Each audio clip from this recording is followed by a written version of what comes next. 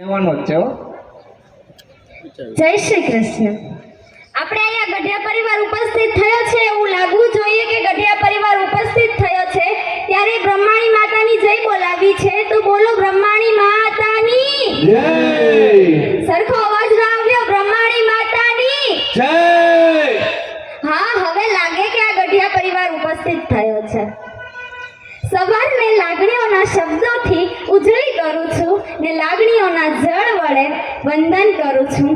શબ્દ કાગળ પર ઘસી ચંદન કરું છું ને માતૃભાષાના શબ્દ વડે આ ગઢિયા પરિવારને અંતરના દ્વારથી વંદન કરું છું।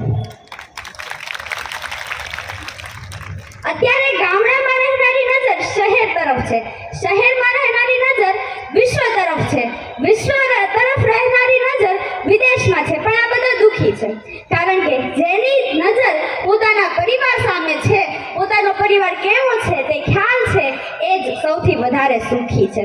આજે હું કહું છું કે મારો પરિવાર મારું અભિમાન છે, મારો પરિવાર જે સૂરજ અને સંધ્યાનું મિલન છે, મારો પરિવાર જે મંદિરની સુગંધિત પવિત્રતા છે, મારો પરિવાર જે ખુશીઓનો ખજાનો છે, આ મારો ગઢિયા પરિવાર છે। હા, હું કહું છું કે મારો પરિવાર સાથે જોયેલા સપનાઓનો અહેસાસ છે। A love of a family life is the greatest blessing। પૈસા કમાવા એ મોટી વાત નથી, પણ એ પૈસા કમાઈને પરિવાર સાથે બેસીને જમવું ને એ મોટી વાત છે। એક પરિવાર એ વૃક્ષ સમાન હોય છે જે હંમેશા તડકામાં પણ મીઠો છાંયડો આપે છે।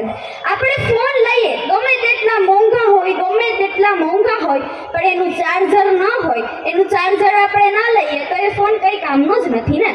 એવી જ રીતે જો પરિવાર ગમે તેટલો મોટો હોય, તેમાં ગમે તેટલા સભ્ય હોય, પણ એ પરિવારમાં રહેતા લોકો વચ્ચે સંપ ના હોય ને તો એ પરિવાર જ ના કહેવાય, એ પરિવાર જ ના કહેવાય। એટલે જ તો કહેવાયું ને કે પરિવારનો સંગ હોય, ખુશીઓનો રંગ હોય, પરિવાર વિનાની લાગણીઓ અપંગ હોય।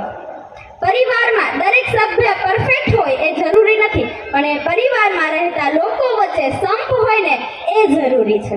જીવનમાં સુખ અને શાંતિ જાળવવા માટે પરિવારની એકતા જરૂરી છે। સંપ અને એકતા લોહીમાં હોય છે, બાકી કીડીઓ ક્યાં યુનિવર્સિટીમાં ભણવા જાય છે।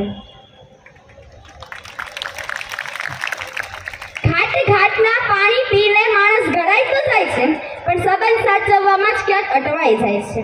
સંબંધ સાચવવાની બસ એક નાની શરત છે, ભાવનાઓ જુઓ, સંભાવનાઓ નહીં। ભાવના પૂજું, સંભાવનાઓ નહીં। મન જોઈને મહેમાન થવાય, મકાન જોઈને નહીં।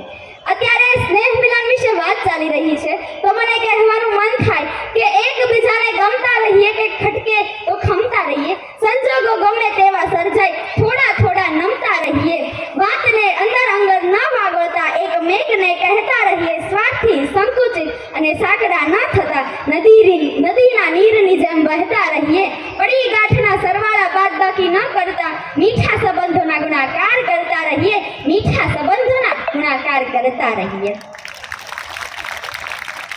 જેવી રીતે સરદાર વલ્લભભાઈ પટેલે 565 રજવાડાને ભેગા કર્યા હતા, એવી જ રીતે આપણા પરિવારને એક થવાનું છે, એકમેકથી મળીને આ સ્નેહ મિલનને ઉજવવાનો છે। આ સ્નેહ મિલન એટલે લાગણી, સંવેદના અને અનુભૂતિથી એકબીજા સૌ સાથે મળે, કંઈક નવું જાણવે, કંઈક નવું કરે, એટલે જ સાચો પરિવાર અને એ જ ભેગા થાય એટલે સ્નેહ મિલન।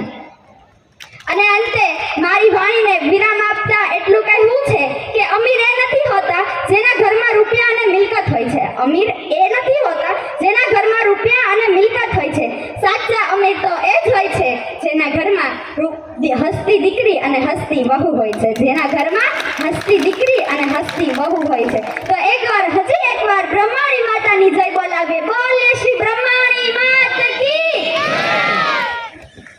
દીકરી ગ્રેન્સી માટે જે આપણા રાજકોટ સમસ્ત ગઢિયા પરિવારના પ્રમુખ છે એવા મિલનભાઈ 501 રૂપિયાની ભેટ આપે છે। જોરદાર તાળીઓથી આપણે વધાવીએ।